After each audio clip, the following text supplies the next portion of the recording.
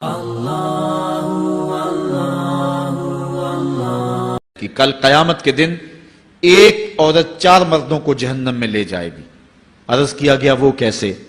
فرمایا ایک عورت کو حکم ہوگا جہنم کا تو وہ عرض کرے گی مالک میرے باپ کو بلایا جائے۔ باپ کو بلایا جائے گا، یا اللہ یہ میرا باپ ہے، میں اس کی بیٹی، میری تربیت کا جوہر اس کے ہاتھ میں تھا، آج جن بدکاریوں اور گناہوں کے سبب جہنم میں جا رہی ہوں اس کا ذمہ دار یہ ہے۔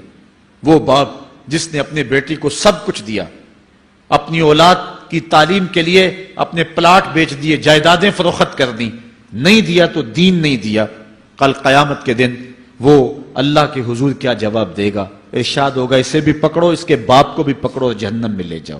عرض کرے گی نہیں مالک میرے بھائی کو بلایا جائے۔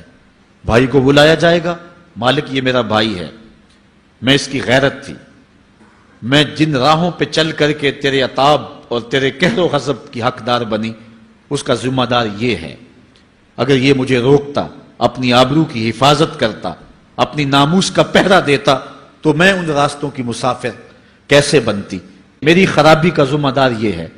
اب وہ بھائی کیا جواب دے گا جو چوکوں اور موڑوں پہ کھڑا ہو کے آنے اور جانے والی بہنوں اور بیٹیوں کو دیکھتا ہے اور یہ سمجھتا ہے کہ میری بہنیں اور میری بیٹیاں گھر میں محفوظ ہیں؟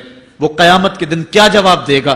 ارشاد ہوگا اسے بھی پکڑو، اس کے باپ کو بھی پکڑو، بھائی کو بھی پکڑو، جہنم میں لے جاؤ۔ عرض کرے گی نہیں مالک میرے شوہر کو بھی بلایا جائے۔ بلایا جائے گا، مالک یہ میرا شوہر ہے اور میں اس کی بیوی، میری تربیت کا جوہر ماں باپ کے بعد اس کے ہاتھ میں تھا اور اس کے پاس طلاق کی دھمکی ایسی چیز تھی، مجھے جو چاہتا منواتا اور جس انداز میں ڈھالنا چاہتا مجھے ڈھال لیتا، لیکن اس نے مجھے کبھی راہ حق کی طرف نہیں بلایا تھا۔ وہ شوہر کیا جواب دے گا جو خود اپنے دوستوں کو چائے پہ بلا کے اور اپنی بیوی کو سامنے برہنہ منہ بٹھا کے بعد میں اس کے حسن کی داد مانگتا ہو، بتاؤ بھابی کیسی ہے؟ تو وہ کیا جواب دے گا قیامت کے دن؟ ارشاد ہوگا اس کو بھی پکڑو، اس کے باپ کو بھی، اس کے شوہر کو بھی اور اس کے بھائی کو بھی جہنم میں لے جاؤ۔ عرض کرے گی نہیں مالک میرے بیٹے کو بھی بلایا جائے۔